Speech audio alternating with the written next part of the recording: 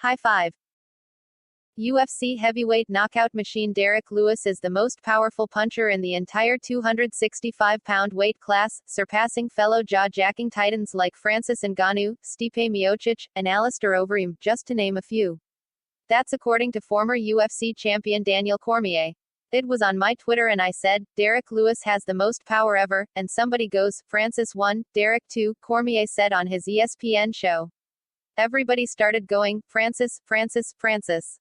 People, there is a reason Francis Ngannou was so tentative in his fight with Derek Lewis. It's the only time he's ever fought like that.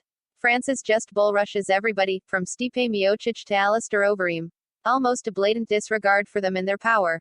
Despite their combined strength, Lewis and Ngannou barely threw any punches in their UFC 226 showdown, a 3-round snooze fest that is widely considered one of the worst fights in the history of the 265-pound weight class. Cormier puts most of the blame on Ngannou. He stood and took pictures with Derek Lewis because of the power coming back in his direction, Cormier said. So let's not go acting as if Derek Lewis doesn't have the power to match anyone in the heavyweight division, even Francis Ngannou.